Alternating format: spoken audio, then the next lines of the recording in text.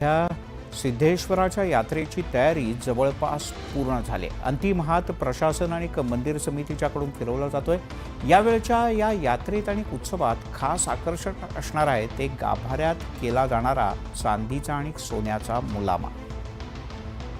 सोलापूरचं ग्रामदैवत सिद्धेश्वर महाराज यांची यात्रा अवघ्या काही दिवसांवर येऊन ठेपली आहे. 12 ते 16 जानेवारीच्या दरम्यान होणाऱ्या या यात्रेसाठी मानाच्या नंदी ध्वजांचं विधिवत काठी पूजन करण्यात आलं. मानाच्या ध्वजांचं बनपट्टे परिवाराकडून पूजन करण्यात आलं. या यात्रा काळात मानाच्या नंदी ध्वजांचं पूजन अतिशय शुभ मानलं जातं.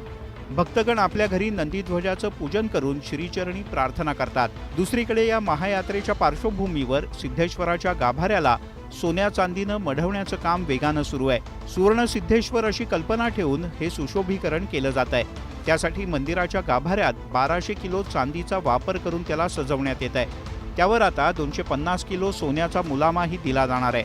राजस्थानातल्या कुशल कारागिरांच्याकडून हे नक्षीकाम केलं जात आहे. सोन्या चांदीच्या लेपानं हा गाभारा आता उजळून निघेल. ही यात्रा बघण्यासारखी असते. हा सगळाच उत्सव, त्याची तयारी आणि त्यात जर का तुम्हाला सहभागी होता आलं तर त्यासारखा योग नाही. सोलापूरकर तर स्वतःला भाग्यवान मानतात की ज्यांना या सिद्धरामेश्वराच्या सेवेची संधी मिळते. तुम्ही जेव्हा सोलापूरला जाल तेव्हा आवर्जून या सिद्धरामेश्वराचं दर्शन घ्या. मंडळी,